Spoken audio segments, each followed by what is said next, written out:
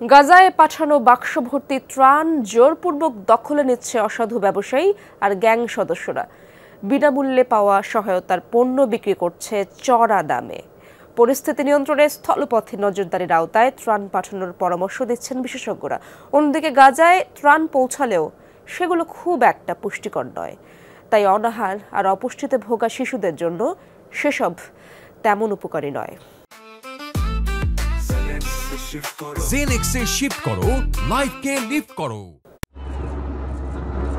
আকাশ থেকে ফেলা হচ্ছে ত্রাণ ভর্তি বাক্স, প্যারাশুটের মাধ্যমে যা নেমে আসছে গাজা উপত্যকার বিভিন্ন স্থানে। ত্রাণ ভর্তি এসব বাক্সে পাঠানো হচ্ছে চাল, ডাল, তেল, পাস্তা আর বিভিন্ন প্রকার টিনজাত পণ্য। তবে ত্রাণ পেয়েও নাখোশ দীর্ঘদিন অনাহারে থাকা গাজা উপত্যকার মানুষ। কী কারণে অসন্তুষ্ট তারা?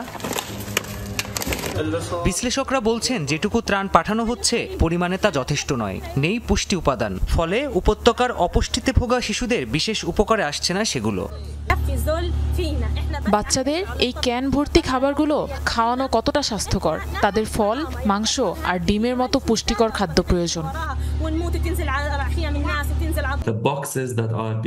গাজায় যেসব ত্রাণ পাঠানো হচ্ছে তা প্রাপ্তবয়স্কদের জন্য, পরিমাণেও তা যথেষ্ট নয়। এসব পণ্যে কিছু প্রোটিন ছাড়া পুষ্টিগুণ নেই বললেই চলে।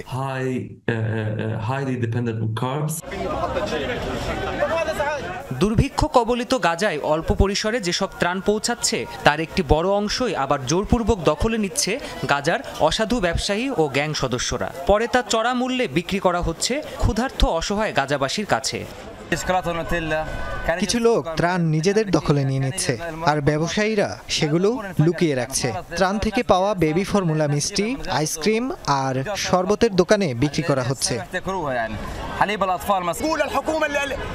বিনামূল্যে পাওয়া ত্রাণ চড়া মূল্যে বিক্রি করছে ব্যবসায়ীরা।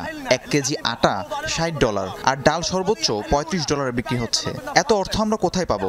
অসহায় শিশু আর মানুষগুলোর প্রতি তাদের একটু দয়া দেখানো উচিত।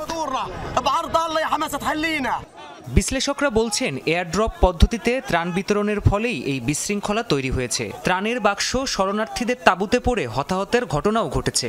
একটুখানি ত্রাণ পেতে কারাকারি, এমনকি খুন জখমের মতো ঘটনাও ঘটছে অহরহ।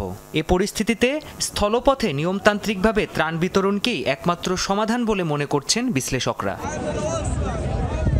প্রাণপ্রতিম কুণ্ডু, যমুনা নিউজ।